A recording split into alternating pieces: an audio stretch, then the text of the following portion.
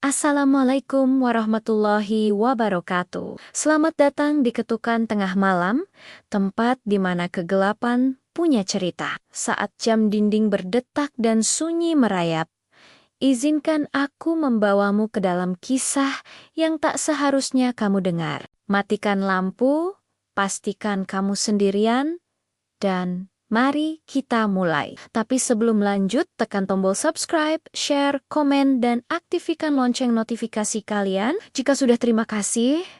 Pada kesempatan kali ini, saya akan melanjutkan cerita kisah petaka ritual susuk. Episode ketiga,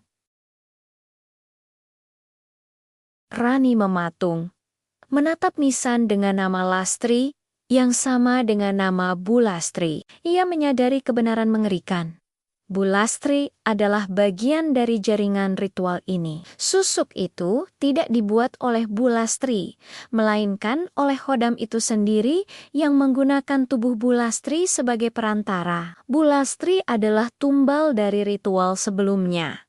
Dan sekarang, ia menjadi salah satu Khodam penjaga. Kalian butuh tumbal baru, teriak salah satu Khodam. Pak Gito menarik Rani untuk mundur.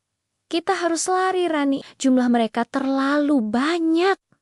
Mereka berlari sekuat tenaga. Namun, semakin mereka lari, semakin banyak sosok bayangan yang muncul. Seolah-olah makam itu tidak ada habisnya. Mereka merasa seperti berlari di tempat.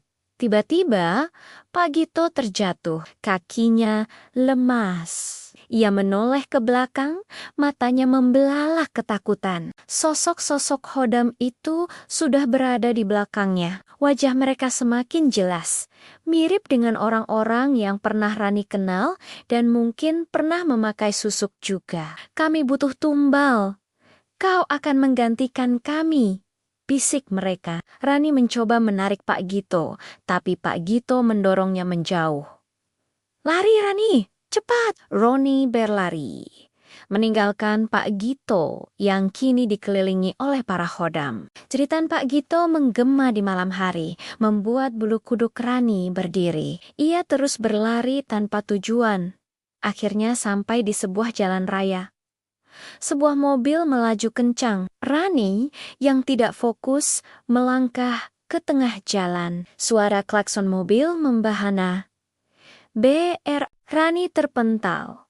Tubuhnya terhempas ke aspal. Darah segar mengalir dari dahinya. Di tengah kesadarannya yang mulai memudar, ia melihat wajah-wajah Khodam itu berkerumun di sekitarnya. Mereka tersenyum puas. Ia merasa ada tangan yang menarik jarum dari bawah kulit dagunya. Rasa sakit yang luar biasa namun disusul oleh kelega. Bisikan-bisikan yang selama ini menghantuinya kini menghilang. Wajah Bu Lastri dan para Khodam lainnya menunduk, seolah-olah mereka telah mendapatkan apa yang mereka inginkan. Sebelum pandangannya gelap total, Rani melihat bayangan Bu Lastri melayang. Wajahnya tidak lagi dipenuhi amarah, melainkan senyum yang melegakan. Seolah-olah kematian Rani adalah penebusan untuknya. Tamparan Rani tersentak. Ia membuka mata. Wajah ibunya yang khawatir menatapnya. Ia berada di kamar tidur. Kamu kenapa, nak? Sampai teriak-teriak begitu? Tanya ibunya.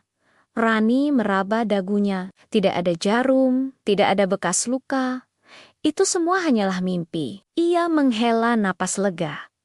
Ini hanyalah mimpi buruk. Ia beranjak dari tempat tidur menuju cermin. Wajahnya yang biasa-biasa saja terpantul. Namun, saat ia berbalik, matanya menangkap sesuatu di meja riasnya. Sebuah kotak kayu tua, kotak yang sama persis dengan yang ia lihat di mimpi. Rani mendekat dengan langkah ragu. Ia membuka kotak itu. Di dalamnya ada selembar kertas lusuh. Susuk ini beda. Bukan hanya untuk memikat, tapi juga melindungi. Tapi ingat, Ada pantangan yang tidak boleh dilanggar. Jangan pernah sentuh jarum, jangan makan sate tusuk, dan jangan pernah melangkahi makam. Di bawah tulisan itu terdapat sebuah nama dan nomor telepon. Hubungi Bu Lastri, petaka ritual susuk tamat. Jika kamu menikmati video ini, jangan lupa like dan komen. Dukung channel ini dengan subscribe dan share ke teman-temanmu. Jangan lupa juga nyalakan lonceng notifikasi agar tidak ketinggalan video terbaru. Sampai jumpa.